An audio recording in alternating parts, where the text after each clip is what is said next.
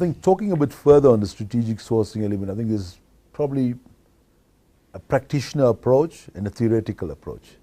The theoretical approach will talk about 7 steps, 8 steps, 9 steps, somewhere between the foxtrot and the samba. But the reality is, you're essentially doing 4 things. You're analyzing something, you're coming up with a set of findings. With those findings, you conclude something, and then you're recommending. Okay?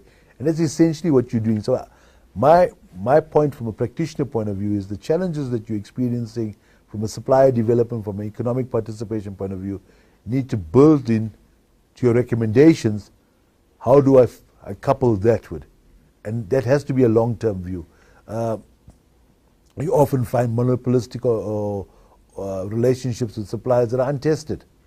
I know from my Mondi days, one of the biggest challenges into South Africa was storage facilities. You could get all of the commodity you wanted in a physical sense, but to store it became a limiting factor. Now, how does one break that bottleneck? You cannot do it overnight. It's a strategic relationship. So no different to supplier development. Supplier relationships are grounded in capability.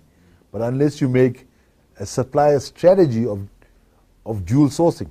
Now, typically, dual vendor strategies are around some sort of risk related to supply, but of a short-term commodity nature. But if you take a long-term economic view, your dual vendor strategy could be, in the interest of promoting local development, I'm going dual. And that does not necessarily mean that the one supplier needs to mentor another supplier. It means that you give a slice of the action to the smaller supplier. And not to be naive, all of this takes a lot of growth, a lot of investment from the company, because suppliers are not necessarily malicious when they fail or lazy. It's a learning curve. It's the hardships of economy hurts all business, and it's no different in the African context. And sometimes the support needs to be there. And as a bank, we've got entities like small business development, etc., focused for that specific reason. Audio Jungle.